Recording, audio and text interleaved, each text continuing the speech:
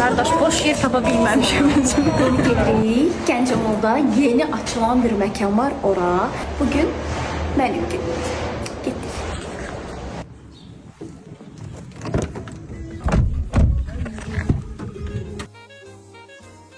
Dedim və yollandım Madoya. Mado Gəncəmolda artıq demək olar ki, bir həftədir açılıb. Buranın interyeri, qonaqların çoxluğu, təyyarların dadı, personalların gülər üzlüyü ümumiyyətlə məni valeh elədi. Madoda menyu yeniləndiyi üçün bir sıra fərqli dadlar, fərqli təyyarlar gəlib. Elə qoğal burger də onlara aiddir. Çox bəyəndim, mütləq sınamalısınız. Fırın çeşidləri də olduqca bol idi. Eyni zamanda burada dondurmalara valeh oluram və qeyd edim ki, Madoda al apar xidməti də mövcuddur.